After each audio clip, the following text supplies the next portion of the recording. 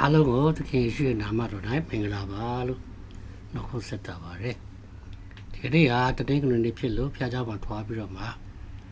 နှုတ်ဘတ်တော်ဝေငှဖို့အစီအစဉ်ရှိပေမဲ့လို့ရာသီဥတုအခြေအနေနဲ့ထွားရမယ့်ဖျားเจ้าရဲ့လမ်းပန်းဆက်သွယ်ရေးအခြေအနေတွေကြောင့်မလို့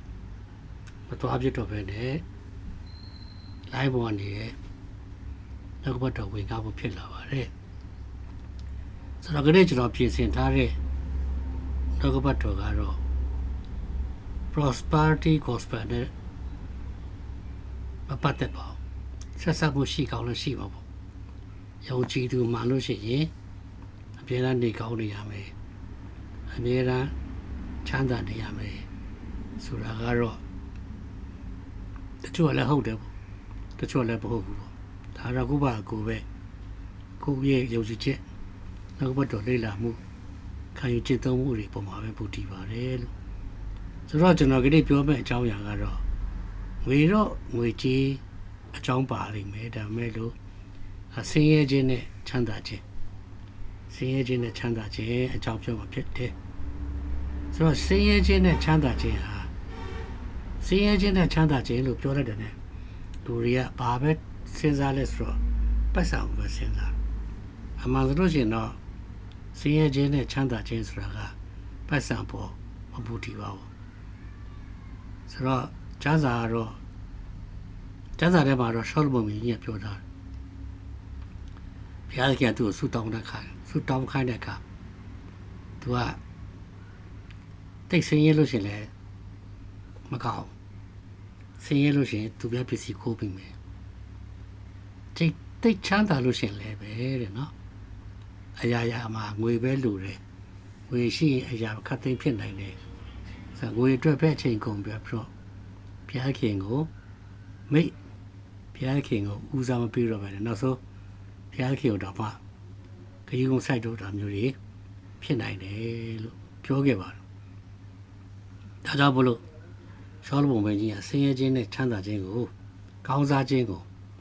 တလဲစီပေးပါလို့ဘုရားခင်တာဆုတောင်းခဲ့ပါဒါတော့သူကကပ္ပပေါ်မှာ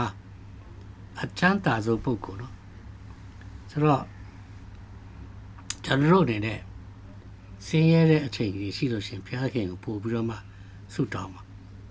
တလဲစီပေးမယ်လို့ပြောတာဟုတ်ချမ်းသာတဲ့အချိန်ကြီးရှိလို့ရှင်နော်ဒါရွေးကျေးဇူးတော်ချီးမွမ်းပြီးတော့မှဘုရားခင်ရဲ့နိုင်ငံတော်နဲ့ဥပဒေတရားအတွက်မိမိရဲ့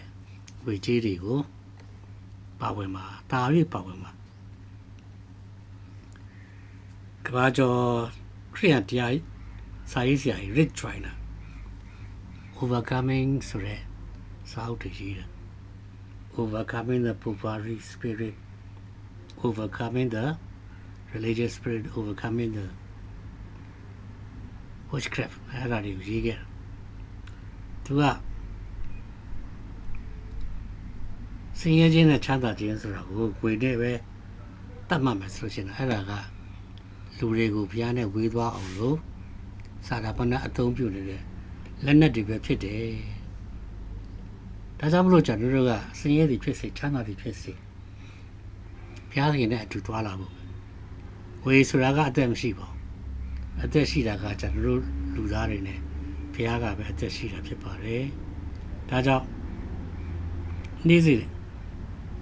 ဉ်သက်တာမှာငွေကြေးကိုအောင်မြင်သောသူတွေဖြစ်ဖို့ရန်တဲ့ကျွန်တော်တို့အဆုတောင်းသက်ရှင်မှာဖြစ်ပါတယ်လို့နော်တကယ်စစ်မှန်တဲ့ချမ်းသာခြင်းဆိုတာကချမ်းသာရလွတ်ချင်းချမ်းသာဖြစ်ပါတယ်လွတ်ချင်းချမ်းသာလွတ်မြောက်နေတာဆင်းရဲလို့ရှင်လည်းသူရှိပါလွတ်ချင်းရှိချမ်းသာလို့ရှင်လည်းပဲလွတ်ချင်းရှိဝေကသူ့ကိုဖိစီတာကိုသူကငွေကြေးကိုအောင်မြင်စွာကြော်ဖြတ်နိုင်တယ်နောက်ထပ်ကျမ်းစာတွေမှာငွေကြေးနဲ့ပတ်သက်တဲ့ကျမ်းပိုက်တွေအများကြီးပါဆိုတော့တရားဟောကြားကနေရှိအငယ်7:18မှာငါ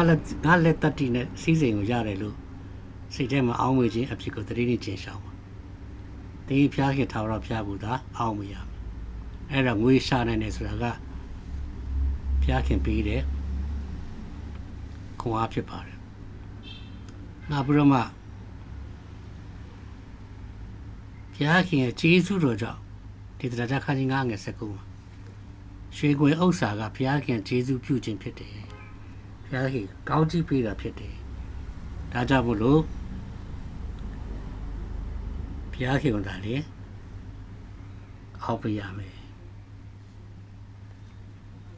နောက်တစ်ခုကပြင်းရည်ခြင်းမရှိအောင်အလုပ်လုပ်ချင်တော့သူကအစာကိုလည်းမစားစေနဲ့ပြည့်တတ်ထားတယ်ဓမ္မသစ်ကျမ်းသက်တာလုံးတဲ့ဩဝါဒစာ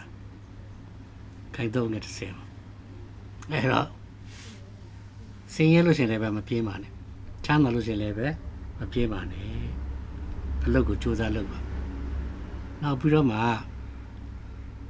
တုတ်တန်ချခန်းကြီး16ငယ်8မှာတုတ်တန်ချခန်းကြီး16ငယ်8မှာတဲ့ဖြောင့်မခြင်းပါရပြီးနိရှင်သောဥစ္စာအနည်းငယ်သည်တရားသဖြင့်ရသောဥစ္စာဘုရားထက်သာ၍ကောင်း၏